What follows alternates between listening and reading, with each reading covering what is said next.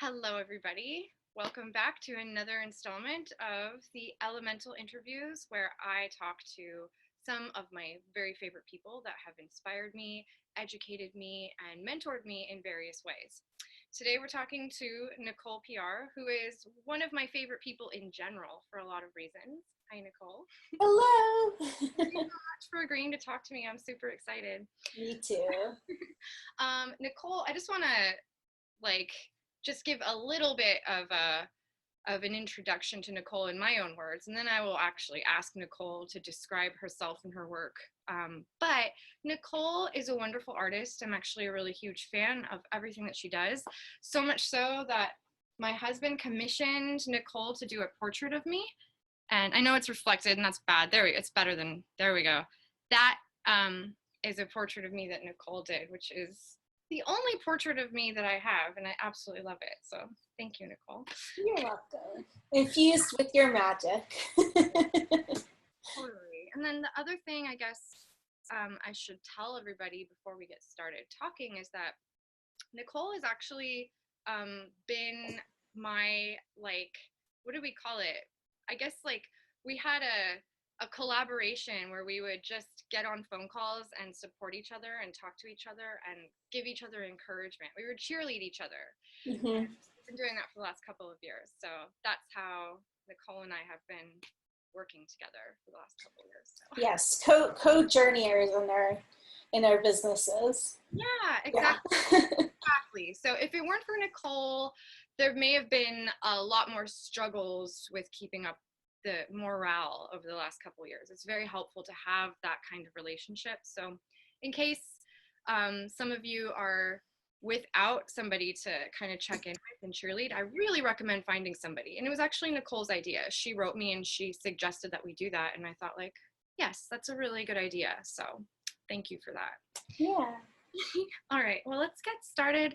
The reason why I wanted to talk to you in this context is because I love your work in the world, and I want more people to find out about it, not just about what you do, but also the very unique process that you have in navigating what we call business or entrepreneurship. So can you just tell me a little bit about what it is you do and how it is that you got started doing this? Yeah, sure. So I kind of consider my work to be on the intersection of art. You know, I'm a painter, an illustrator, and healing and magic. And I have a background of intuitive channeling for many, many years, of meditation, yoga, ritual magic. And at one point, those two things were actually parallel paths that existed in my life. My art was my career, and then the more magical intuitive work was something that I did for myself and my own healing and my own processing and evolution. And the art was more connected to, what I showed to the world, what I used to bring in money. I did a lot of surface design and illustration, client work, things that went out onto products, got distributed all over the world. So they used to exist as these two separate things. And then maybe, I would say about 5 or 6 years ago, I really felt a call for those aspects of myself to merge together more fully. And so I brought in some offerings kind of similar to your portrait, where it's a combination of painting, but it's also channeling the person's spirit and channeling a vision of that. And I also created an oracle deck. I have my little spirit cats. So, and I also wrote, so it kind of gave me a room too to bring in some of my writing, which had always been a passion of mine since I was little, as well as painting and drawing. So yeah, I'll just show you a few of the cards. But so yeah, this was I would say that this project really marked a significant moment for me in my business, where that intuitive channeling aspect merged fully with my art and painting. And it's really just continued to go deeper and deeper down that rabbit hole.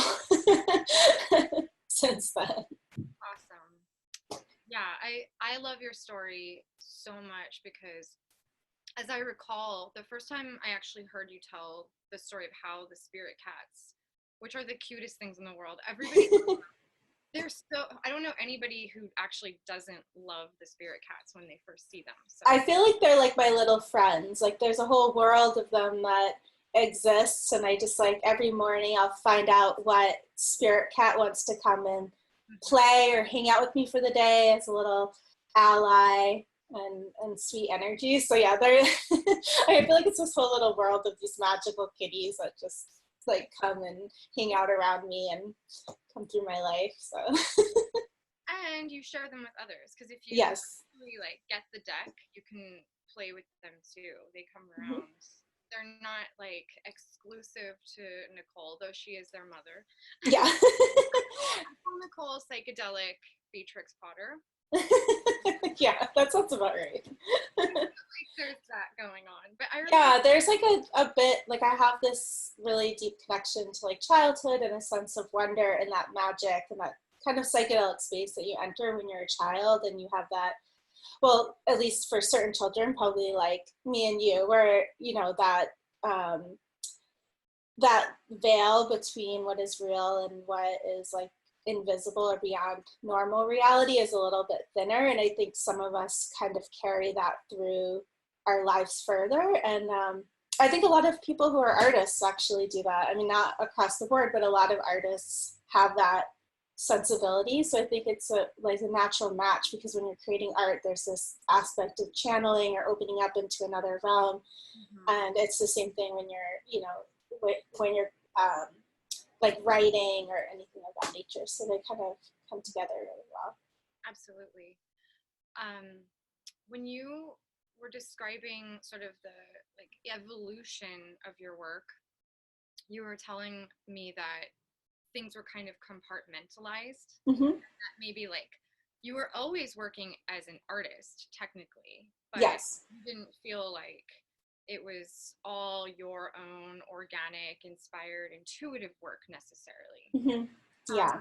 How did you, I remember you telling me a long time ago how this happened. Like, how did you go from, let's say, like just doing, I'm not sure what you were doing, graphic design and stuff like that? It was illustration, but for clients. So when you do like illustration for clients, it's still, I would say, based on trends and a specific theme or idea that the art director is looking for a specific product or piece. So it's not like as free flowing, or just like completely coming from the inner realm. I mean, it's still like very creative. It's sort of a collaborative effort, but it's different. It's not quite as much of an independent vision, I would say. Right. And so that can be, I mean, that's awesome that you were able to do that, even because at least it was coming from your talents. But that also can really burn a person out, because it's not really like your calling, and it's not coming from the divine child within, you know? Right. To get kind of rigid and kind of depressing. So how did you go from doing art for other people to doing your art exclusively? Yeah, so I think it's actually an interesting journey, because at the time when I was like starting to do illustration for clients, that was like my ultimate dream at the time. Like that was kind of like the wish I had been trying, you know, where I would be working at an art gallery for like 5 days a week, and then at night and on one day of the weekend I would just be like working on my illustration until I was able to take it full time. So at the time that was completely my dream, and part of the reason why is I really felt like I needed the container of that collaboration to really have the accountability to like be practicing and growing and have that feedback loop to grow as an artist. Yeah. And then that domain sort of reached a point where, instead of being something that was helping me grow, which it was for many years, it started to feel like what you're saying, like a limitation, or, you know, like a cage in a way. And so I had this feeling of like, I want to reconnect with what my vision is. What is my artistic vision? And you know, I would love it if it was like, oh, what's my artistic vision? And then, you know, I spent like a month doing stuff, and then like I had like my spirit cats in the next month, but that's like completely not how it happened. So basically I had this urge towards finding my specific artistic vision. And I took a very meandering path of exploring a lot of different independent creative projects, aside from things that I was getting paid for. You know, just doing a lot, making a lot of art outside of that, and trying different techniques, trying different materials, learning different skills. I learned how to do like old master Renaissance style oil painting, which is totally different than what I do now. So I like learned all these other types of skills. I like played with like collage and layering, and like mixing like writing with like painting all in one. And so I did a lot of like different things, and was like picking up things along the way, but I never felt like this sync. Like I was just like discovering little bits and pieces along the way, but I was really in that seeker mode, and it was a completely non-linear zone. And then, but that feeling, I think just the like desire was what kept pulling me forward. So I didn't know what it was going to be like. I just kept making things and experimenting, but I was holding that desire to find my vision. And it took many years for that to kind of come through. And what happened was I let go of a few directions that I thought, I'm going to go down this path, you know, and then through my own like intuitive channeling, I was like, you know what, even though I've put a lot of energy into this is actually not the right path, and I have to let it go. So a big path like that for me was I was putting energy into creating a whole portfolio of work for like my own art licensing stuff. And so that's still like really related to trends. And so I basically, like, after spending all this time like building this portfolio, decided that that wasn't the right direction for me, and just like had to let it go completely, because from that intuitive place, I knew that that wasn't really in alignment with my dream. It just seemed like a good next step. And after that, I was a little bit like out to sea, like, where am I gonna go from here? And at the same time, my best friend gave me this set of watercolors from Russia, that they're really like strong pigments. And I'd played with watercolor before, but I'd never been that satisfied with like the richness of the color, or just what I was able to do with it. It just never quite like hit the note for me that I was looking for. But you know, I was curious about the set that she gifted me, and so I decided to do just a commitment of 10 minutes or more every day of intuitive painting, completely freeform with the watercolor. And it was from that process of like just exploring with this like one medium on really just simple like watercolor block, like no preparation, just doing it every day, that these little like magical kitties started to appear. And I feel like so that was really the birthplace of the spirit cats. And I feel like it was also where I finally felt like a sync with my internal vision of what I wanted to create and what I was actually creating. And I think it had to do with like really accepting myself. There was a lot of things that it took time to accept fully in myself as something that I wanted to bring out into the world. You know, my like psychedelic magical nature, this like kind of childlike, like whimsical sort of joy and adventurousness and freedom. So there's these things in myself that I had to fully embrace, that previously it sort of made me feel like an outsider. And I think really embracing that and allowing that deep part of myself to come into my work was when the vision finally clicked. It was like I wasn't trying to be anything other than what I truly am. So it was, you know, but it was a meandering journey to get there. And it's still evolving. It's like, now it's like, how can I go deeper? Like, how can I delve deeper into that, go bring out more of that energy, go further into the magical, spiritual aspect of it, since that's so meaningful to me. So, but yeah, it was a non-linear, meandering, multi-year journey. I love it. I love this story so much. To me, it's like, I don't know, it's the like archetypal story of an artist's journey. You know, like a serious artist too, because Yeah. you're very technically adept, and you took it really seriously to become technically adept at so many different mediums, which I really respect. I mean, I think that actually is why you have the gift to create the spirit cats the way you do now. Like, I think it's really, I just wrote something about this. Artists are not born from Venus, they are born from Saturn. It's a lot of hard work to be an artist. It is. A lot of discipline, a lot of time, a lot of blood, sweat, and tears, and a lot of sacrifice too. And that's the other thing. And a lot of it happens in the like, space in between. So it happens, like even that 10-minute, that ritual, a lot of times it ended up being more than 10 minutes, but it was at least 10 minutes, but it happened after I'd already done all of my like client work for the day. You know what I mean? So it's like, a lot of times that moment of expansion happens like in the stolen hours, for an artist. So, and it's sort of how every like level of evolution, you're always doing these like new projects, and they might not be like your,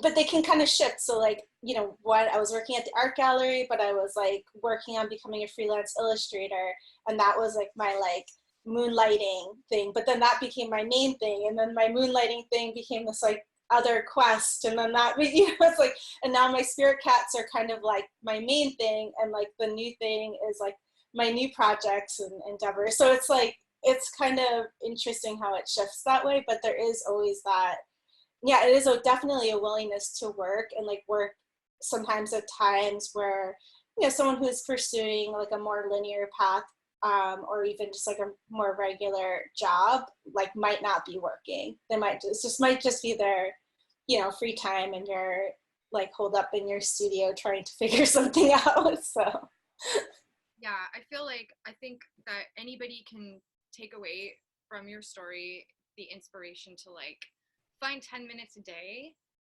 to do something that comes from your heart, or at least as an attempt to get into the soul, mm-hmm. the soul just like find expression. And that can be like, in Nicole's case, it was painting, it can be writing, it can be taking photographs, it can be, singing or dancing, but just 10 minutes a day where you just choose to do whatever comes through. Mm-hmm. And sometimes you're really not going to feel like it. Like you're going to really, I mean, there were days where I felt like I was so tired and just like already creatively burned out, because I was like, oh, I've already made all this stuff today, for my clients. And like, I don't feel like making anything out. Like that's what I would feel like. Yeah. But I would just set the timer and do 10 minutes. And sometimes that just getting over the initial inertia, would open up something in me, and it would actually be really healing and rejuvenating, and I'd find myself doing it longer. And then the days where it was like, you know what, actually it's more than just the inertia, I'm really am tired, it was like I just did the 10 minutes and I was like, okay, I kind of like touched in with that part of myself, and I made contact with it. So it was really helpful. And it wasn't, sometimes we feel tired, but like tired can also be, sometimes it's where we really are tired, and sometimes it's just that resistance to doing something that is a bit scary or unknown, or we don't know like how it's going to come out or what's going to happen with it. So it can be either one, so they can kind of disguise themselves as each other, which is why it is helpful to have some ritual or routine that kind of brings you into it. I totally agree. When I was talking to Natalie Ross, we were talking about the spirit of your business as like a separate. Yes. She perceives it that way. I've come to perceive it that way, and you have this experience where in 10 minutes a night or longer, shorter or longer, depending on what mood you were in or what your energy level was, you just gave yourself some space to kind of reach out and connect with something that's out there that wants to come through. And there's a lot of different metaphors that we could use to describe that, but I like the metaphor of there's a spirit of some kind, there's inspiration that's out there that wants to come through. And if you just create a little space for it, however small, just it adds up over time. Creating space for it, creating connection to it, eventually puts you into this like really beautiful flow. And before you know it, you could have like a podcast that's really meaningful to you and helping you connect to people that you want to learn from. You could have like a whole vision of a world of little spirit cats that actually really change your life as a professional artist, and give you like the direction that you were looking for all those years. In my case, it just happened to be like I actually get to be a creative writer and inspire people with astrological insight. You know, that was one of my dreams. And so, but it's all the same at one level, these stories, and that's like we all just like let a spirit come through by giving it a space to flow through. And that's really, really important. It's not always completely coming from strategy, linear thinking. Like I didn't realize I was starting a business. Like I didn't realize that's what was going on. I wanted to share something, and then it gained all this momentum. It turned into a business. You're looking for artistic direction, but you weren't trying to create an oracle deck. Like, no, I wasn't.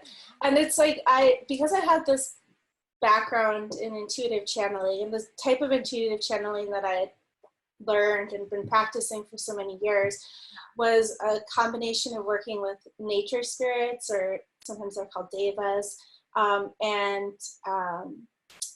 like guides and teachers, and then also like my higher self, or I like to call it my most magical self. Better, I don't like the hierarchy. I'm like, not just my most magical. It's not higher or lower. It's just most magical. So, you know, working with that kind of balance of like nature, energy, and guides and teachers. And I would often do channeling sessions for myself. And also I trained my best friend in how to do them. And then sometimes we would exchange them when it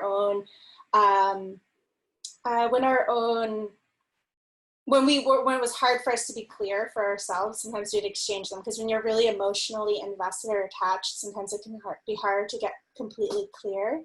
So in those cases we would trade. So it was like great. I like trained a fellow witch so that we could help each other out when we were, you know, in those sticky areas that were really like harder to get clear on.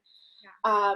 And a lot of the steps that I took were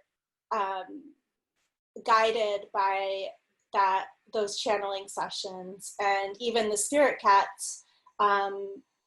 From the initial painting process, and then to like diving in and painting more cats. I painted them like every day for 30 days at a later date, and that's when they started coming in with like personalities and healing messages and everything. So even that was guided by channeling, and then later to turn that into and evolve it and grow it into an oracle deck was also guided through those channeling sessions. So it really like was not strategy, it was more co-creation. And I think that basically it's like, so it feels so out there, but it's like worked so well for me over the years that I just like trust it now. And even when it's like what is being asked of me is challenging in some way, or challenges my ego, I've just seen the magic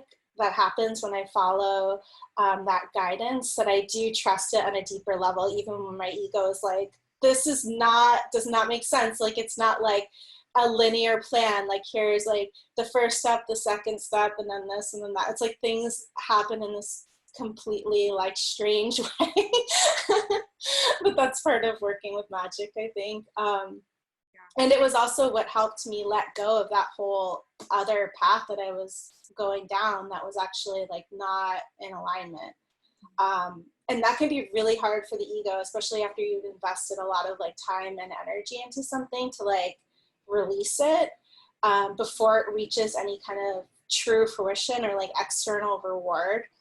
Or even if you may already be getting some external rewards from it, that can even be harder to like release. But sometimes that's what's really needed. So I think developing that kind of intuitive guidance, it takes like your business from like the level of more just like an expression of ego to more of an expression of the soul and even like collective soul.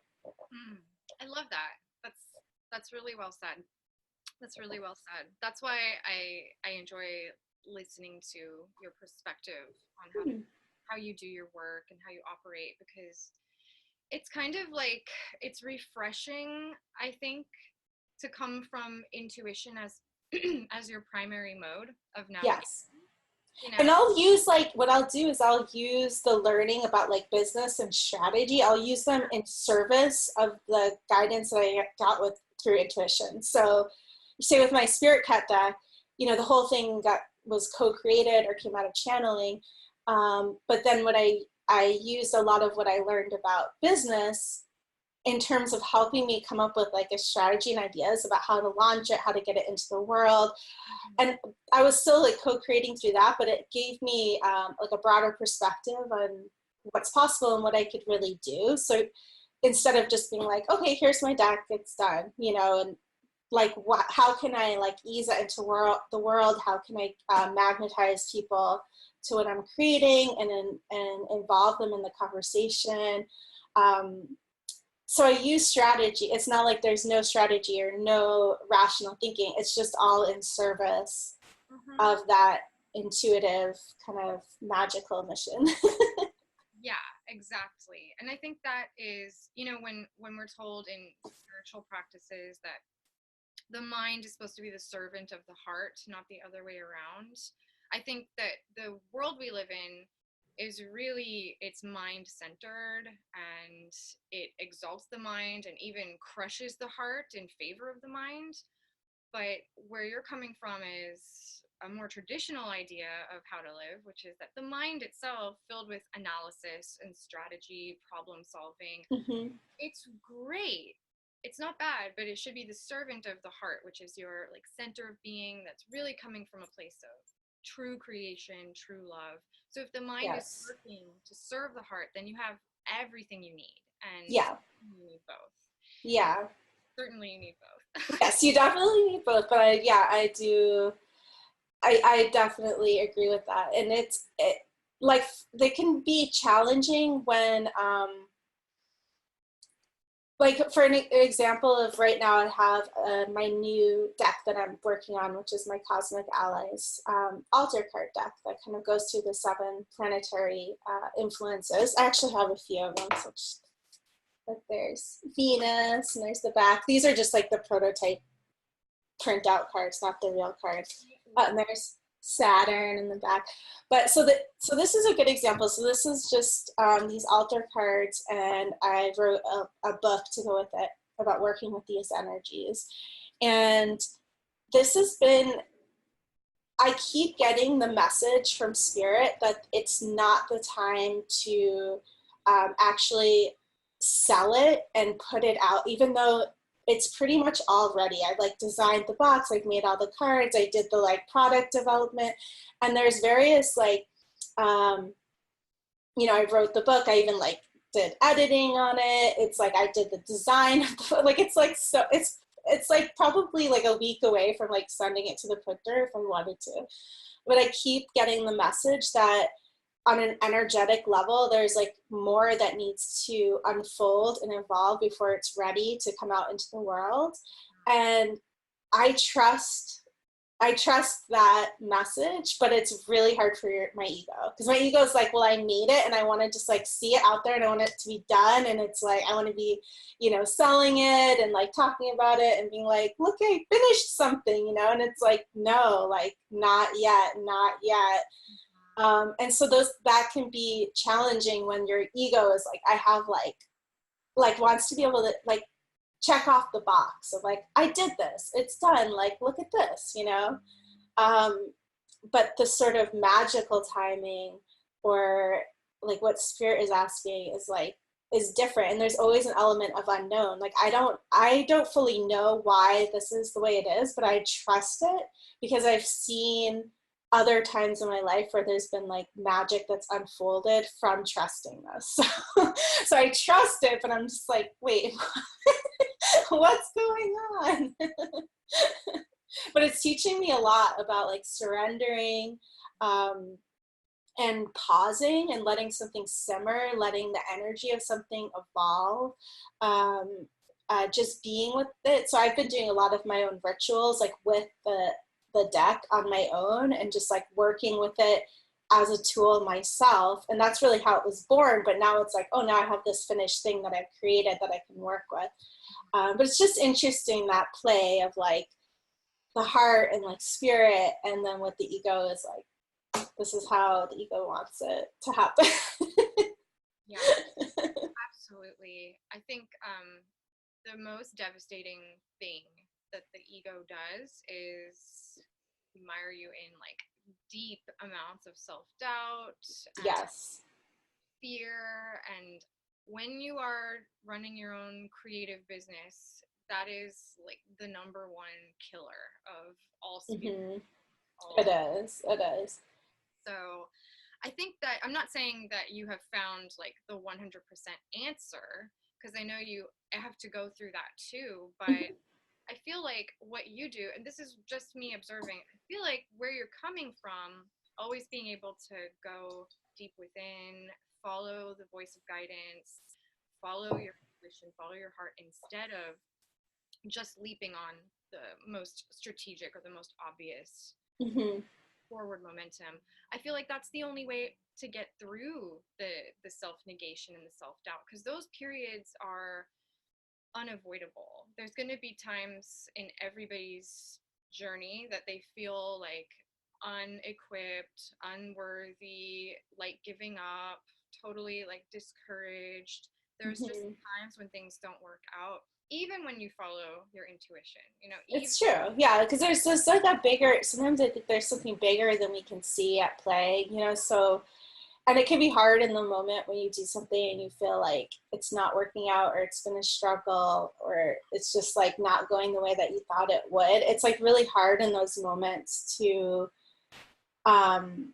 see that it probably is all perfect. You know, it's like that moment when I let go of that whole direction of like doing more surface design and art licensing. It's like, when I let that go, it was hard to see how it was like part of the bigger picture, because it was just like I was like, I understood that the new direction was part of my bigger picture, but I'm like, well, why did I have to like go through all this time of like putting all this energy into something that was like, felt like a dead end, you know what I mean?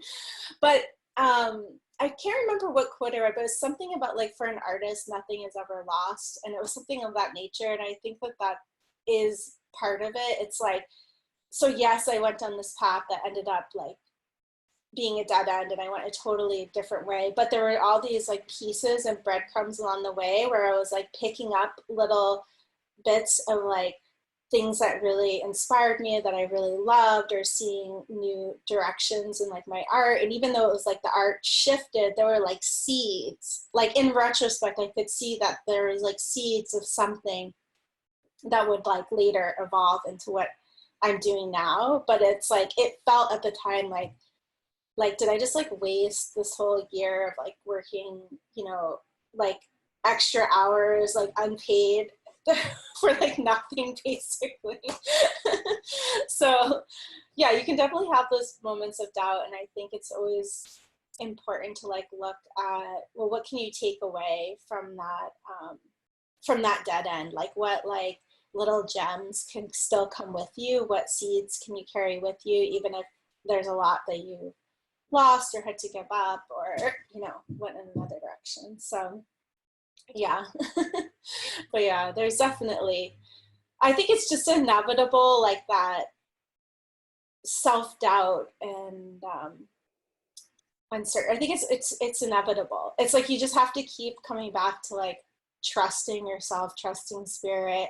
It's like when you're meditating and you like veer off into like all these thoughts, and you like don't even remember that you're like meditating. You're having like really elaborate, like you're fully in it, and then all of a sudden you're like, wait, I'm like meditating right now. You're like, oh, you're like, come back.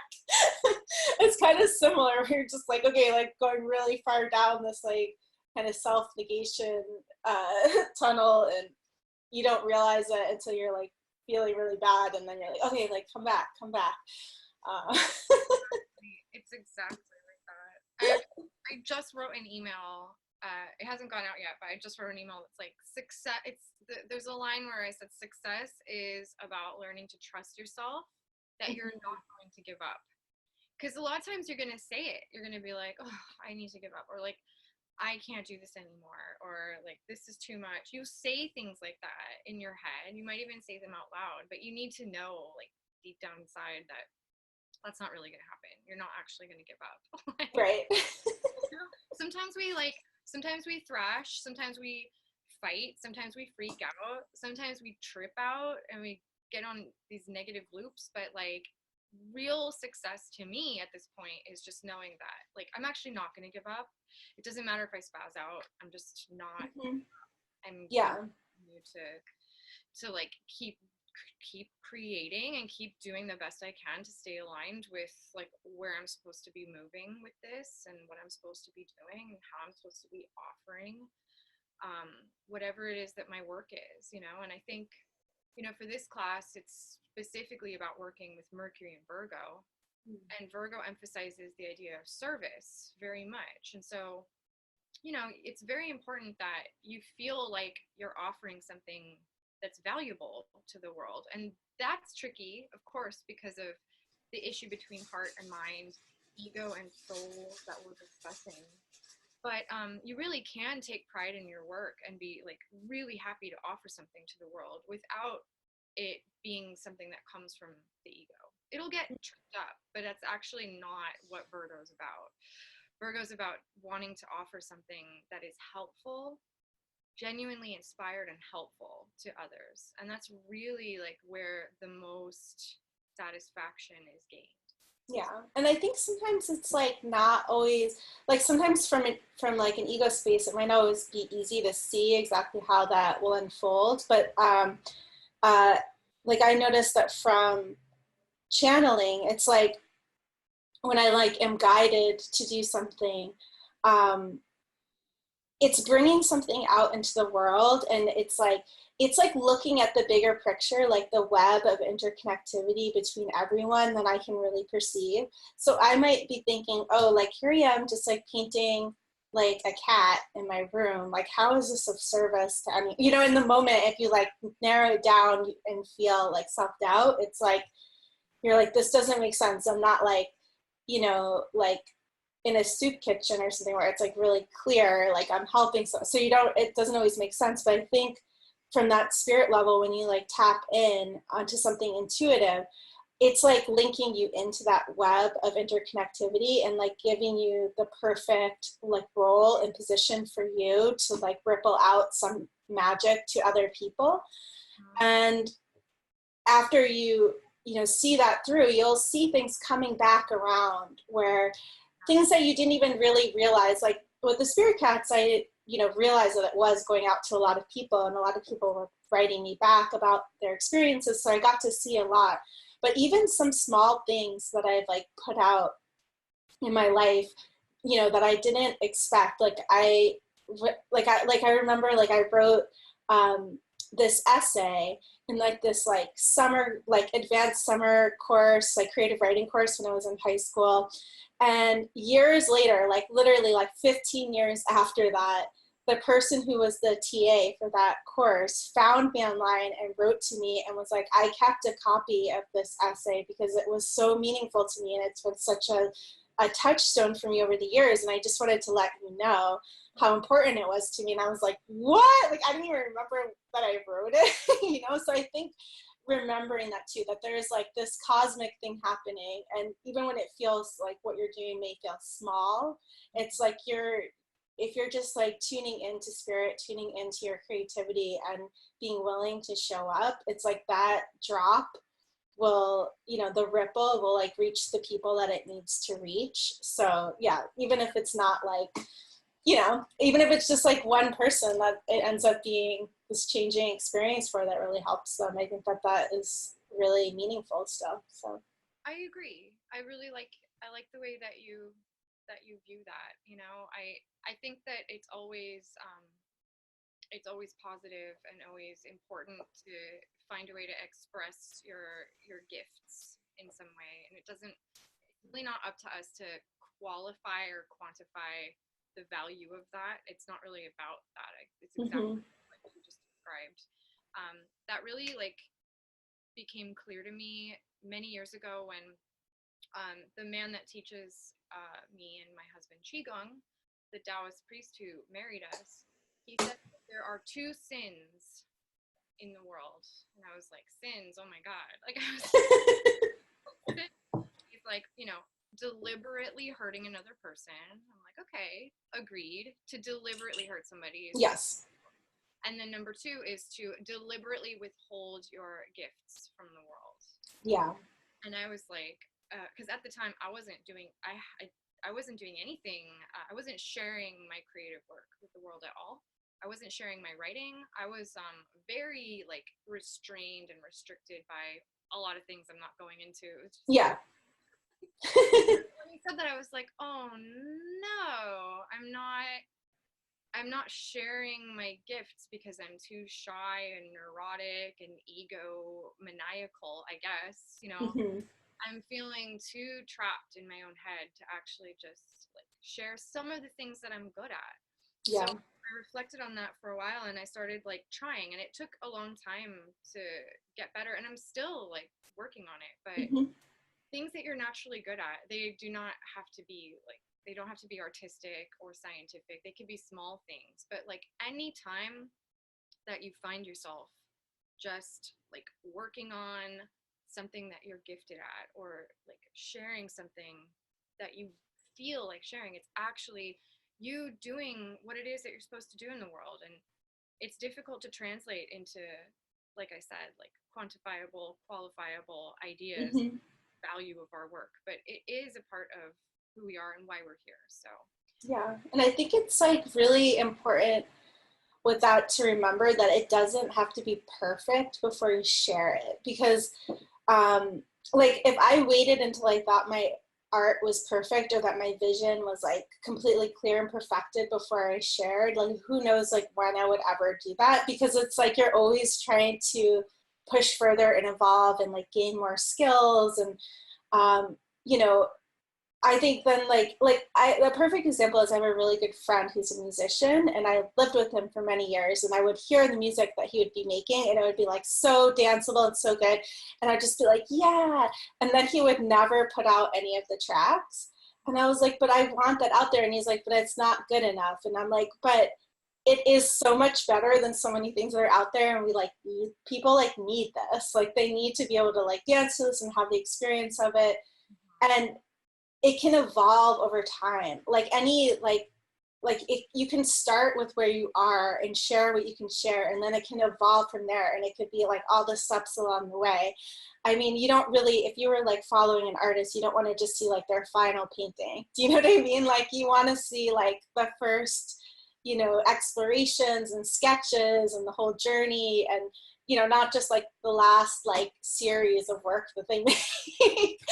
So I think just like reminding ourselves that it doesn't have to be perfect. Like we can keep evolving what we're doing, and like don't let that stop you from sharing, because there's so many people who will it will be already perfect for them when they receive it, even if you don't feel like it's perfect. It's like, will be perfect for the person receiving it in that moment. So just like trusting that, and not waiting for that moment where you're like, yeah, it's exactly what I wanted, and it's perfect, and it's done, and now here it is, like, 15 years later.